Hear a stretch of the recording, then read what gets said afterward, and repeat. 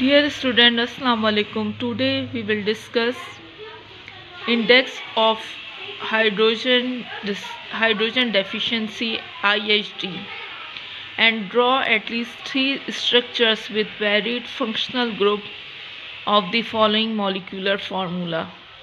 The first molecular formula is C4H6Cl2. हमारे पास एक molecular formula दिया गया है, हमें इसमें IHD कैलकुलेट करनी है। IHD mean index of hydrogen deficiency, और इस फार्मूले से कम से कम 3 स्ट्रक्चर्स जो हैं वो ड्रॉ करना है, जिसमें हमने फंक्शनल ग्रुप को वेरी करना है, जबकि मॉलिक्यूलर फार्मूला हमारे पास सेम रहे। IHD index of hydrogen deficiency का फॉर्मूला क्या है? 2n+2 -h divided by 2। n यहाँ पे नंबर ऑफ कार्बन्स हैं और h में हम नंबर ऑफ हाइड्रोजन्स को लिख के इसको सॉल्व करेंगे। स्टूडेंट, जैसा कि हम जानते हैं कि जहाँ पे अगर मॉलिक्यूलर फार्मूले में नाइट्रोजन है तो यहाँ पे हम -1 कर देंगे। अगर मॉलिक्यूलर फार्मूले में ऑक्सीजन है, ये सिंबल्स लिखे हुए हैं, अगर यहाँ पे ऑक्सीजन है मॉलिक्यूलर फार्मूले में तो हम ना कुछ ऐड करेंगे और ना ही सब्सट्रैक्ट करेंगे, बस इस फार्मूले को अप्लाई कर देंगे IHD कैलकुलेट करने के लिए। लेकिन अगर जैसा कि हम देख रहे हैं कि इस फार्मूले में हैलोजेंस मौजूद हैं Cl2, तो जहाँ पे भी हैलोजेंस मौजूद होंगे जैसे कि फ्लोरीन, क्लोरीन, ब्रोमीन या आयोडीन, तो वहाँ पे हम यहाँ पे +1 कर देंगे फार्मूले में, और उसके बाद जो है IHD को कैलकुलेट करेंगे। अब आप यहाँ पे देख सकते हैं कि यहाँ पे क्लोरीन है, तो हम यहाँ पे +1 करके इसको सॉल्व करेंगे। लेकिन क्योंकि 2 क्लोरीन है तो +2 लिखा जाएगा यहाँ पर। आइए अब हम इसे कैलकुलेट करते हैं। यहाँ पे आप देख सकते हैं कि 2 जो है वो फार्मूले का लिखा है, n जो है वो नंबर ऑफ़ कार्बन है, नंबर ऑफ़ कार्बन 4 हैं, तो यहाँ पे मैंने 4 लिख दिया है। +2 जो है वो भी फार्मूले का है, -h नंबर ऑफ़ हाइड्रोजन कितने यहाँ पे 6, तो यहाँ पे 6 लिख दिया है। और अब क्योंकि यहाँ पे आप देख सकते हैं कि हैलोजन है, तो एक हैलोजन के लिए +1 ऐड करते हैं। अब यहाँ पे हमारे पास 2 हैलोजेंस हैं, तो हमने +2 लिख दिया है और इसे डिवाइड कर दिया है 2 से। अब आप ये देखिए कि 4 2 8 +2 -6 +2 और डिवाइडेड बाय 2। अब हम इसे मज़ीद सॉल्व करेंगे। अब 8 और 2 10 -6 +2 डिवाइडेड बाय 2, और 6 और 2 8, तो 10 में से अगर 8 को माइनस करेंगे तो हमारे पास 2 आ जाएगा, और इसे करना है डिवाइड 2 से, तो हमारे पास IHD जो है वो यहाँ पे 1 आ गई है। यानी डिग्री ऑफ अनसैचुरेशन या इंडेक्स ऑफ हाइड्रोजन डेफिशिएंसी जो है वो 1 है। इसका क्या मतलब है IHD 1 का? या तो इस मॉलिक्यूलर फार्मूले में जो स्ट्रक्चर्स बनेगा उसमें एक डबल बॉन्ड मौजूद होगा या फिर वो रिंग होगा। ठीक है, अब हम इसके पॉसिबल स्ट्रक्चर्स बनाते हैं कि इस मॉलिक्यूलर फार्मूले को फुलफिल करते हुए कौन कौन से स्ट्रक्चर्स जो है वो ड्रॉ किए जा सकते हैं। इस मॉलिक्यूलर फार्मूले को देखते हुए अब आप ये देख सकते हैं कि एक हमारे पास ये स्ट्रक्चर बन सकता है जिसमें 1,2 डाइक्लोरो ब्यूटीन, यानी 1-2 पोजीशन पे 2 क्लोरीन मौजूद हैं, तो हम इसे कहेंगे 1,2 डाइक्लोरो ब्यूटीन। इस तरह से अगर हम इस तरह देखें तो यहाँ पे 1 पोजीशन, 2, 3 पोजीशन, 3 और 4, इस तरह से 1 और 3 पे जो है वो हेलोजन मौजूद है। ठीक है, इस तरह से अगर हम नेक्स्ट देखें तो यहाँ पे सिमेट्रिक मौजूद है 1, 2, 3, 4, 1 और 4 पे क्लोरीन मौजूद है, जबकि 2 के पास जो है वो डबल बॉन्ड मौजूद है। तो 1,4 डाइक्लोरो ब्यूटूइन का स्ट्रक्चर जो है वो फॉर्म हो सकते हैं। यहाँ पे पहला स्ट्रक्चर जो है 1,2 डाइक्लोरो ब्यूटूइन और ये वाला स्ट्रक्चर 1,4 डाइक्लोरो ब्यूटूइन। अब आपके लिए असाइनमेंट्स है कि आप जो है इसका नाम क्या देंगे। इसका नाम 1,3 डाइक्लोरो ब्यूटथ्रीइन।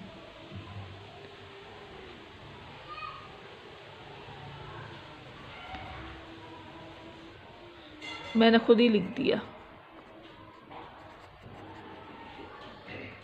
इस तरह से इसकी नेमिंग भी कर दी, IHD भी कैलकुलेट कर दी, और IHD को फुलफ़िल करते हुए इस मॉलिक्यूलर फार्मूले के तहत हमने 3 स्ट्रक्चर्स जो हैं वो ड्रॉ भी कर लिए हैं।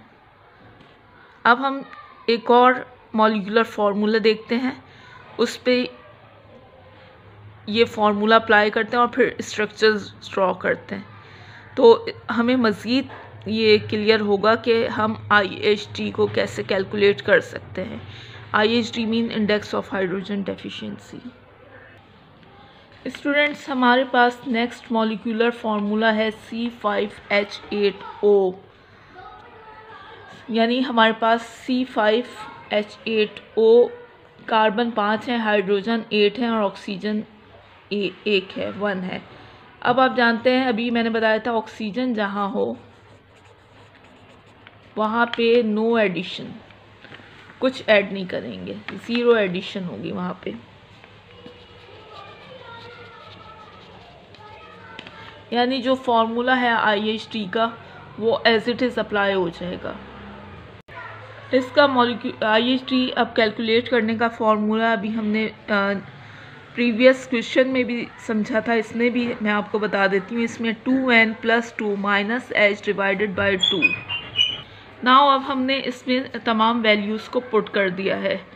2 फार्मूले का एज इट इज़ आ गया है, n जो है वो नंबर ऑफ़ कार्बन्स हैं, जो कि यहाँ पे फार्मूले में आप देख सकते हैं 5 है, तो वो हमने लिख दिया है।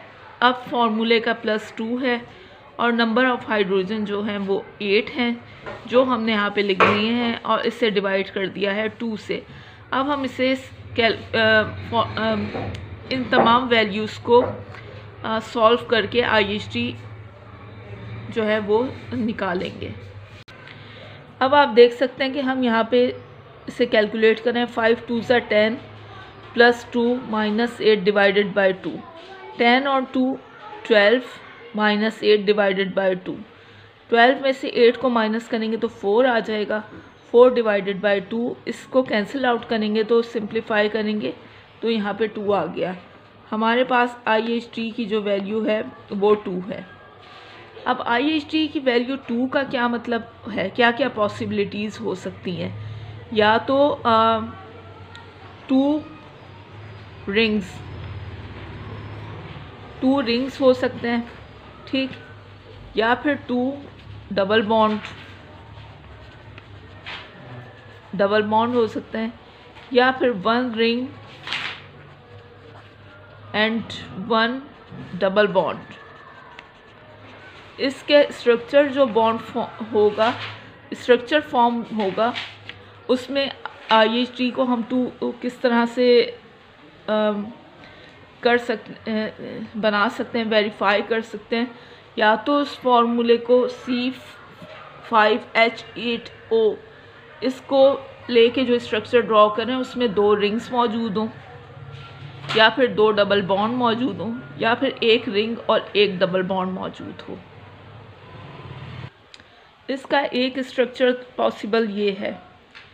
अब आप इसमें देखें कि एक ऑक्सीजन है, कार्बन कितने हैं 1 2 3 4 5, 5 कार्बन है, और हाइड्रोजन कितने हैं 3 4 5 6 7 8। तो हमने ये फॉर्मूले को रखते हुए इसे जो है वो स्ट्रक्चर को ड्रॉ कर लिया है। लेकिन एक चीज़ इसमें वेरीफाई नहीं हो रही, वो ये कि डिग्री ऑफ अनसैचुरेशन जो है वो 2 होनी, 2 बल्कि वेरीफाई हो रही है। डिग्री ऑफ अनसैचुरेशन जो है वो 2 है। अब आप ये देख सकते हैं कि एक बॉन्ड यहाँ पे पाई बॉन्ड है और एक यहाँ पे, ठीक है। इस तरह से ये डिग्री ऑफ अनसैचुरेशन जो है इसमें 2 है।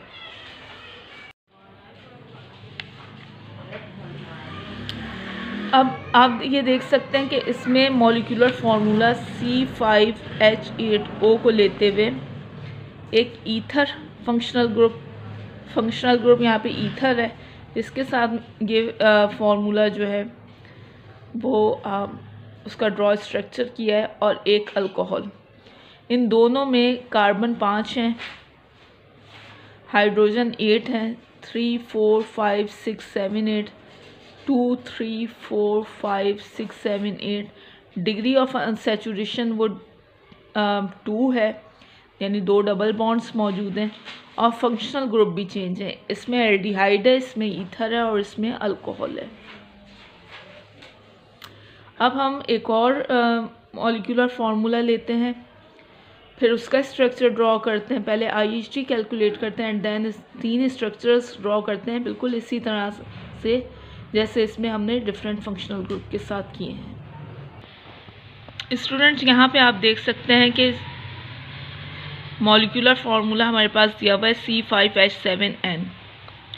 इसमें नाइट्रोजन मौजूद है, तो एक हाइड्रोजन जो है वो यहाँ से कम कर सकते हैं, या तो हम इसे C5H6 के ज़रिए ट्रीट कर लें इस फार्मूले को, या फिर हम इससे ये देखें इस तरह से करते हैं IHT 2N + 2 - H -1 is divided by 2। -1 किस लिए लिखा है एंड का, क्योंकि यहाँ पे एक नाइट्रोजन मौजूद है, जहाँ नाइट्रोजन होगा वहाँ पे -1 कर देंगे। अब 5 जो है वो नंबर ऑफ़ कार्बन है, और 7 जो है वो नंबर ऑफ़ हाइड्रोजन है।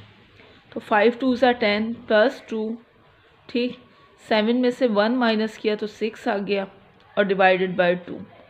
और 12 में से 6 को माइनस किया, 10 और 2 12 में से 6 को माइनस किया और डिवाइड कर दिया 2 से, तो 6/2 आ गया। अब इसे सिंप्लीफाई किया तो 3 आ गया, यानी IHT जो है वो यहाँ पे 3 है।